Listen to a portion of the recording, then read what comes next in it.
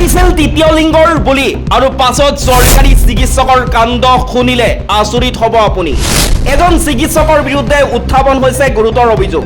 পত্নীয়ে কৰা অভিযোগ অনুসৰি তেওঁৰ স্বামীৰ কিছুমান বিশেষ চখ আছে।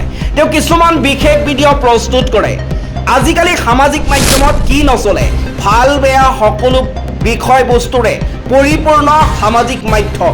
শেহতীয়াকৈ এই দিশৰ লগত জড়িত এক চাঞ্চল্যকৰ খবৰ পোহৰলৈ আহিছে।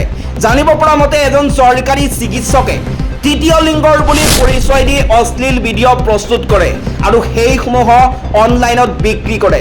আচৰিত কথা এয়াই, চৰকাৰী চিকিৎসকগৰাকীৰ পত্নীয়ে এই অভিযোগ উত্থাপন কৰিছে। তেওঁ কয় যে তেওঁৰ স্বামীয়ে নিজকে তৃতীয় লিংগৰ বুলি পৰিচয় দি অশ্লীল ভিডিঅ' প্ৰস্তুত কৰি অনলাইনত বিক্ৰী কৰে। উত্তৰ প্ৰদেশৰ সন্ত কবীৰ নগৰত সংঘটিত হৈছে এই ঘটনা।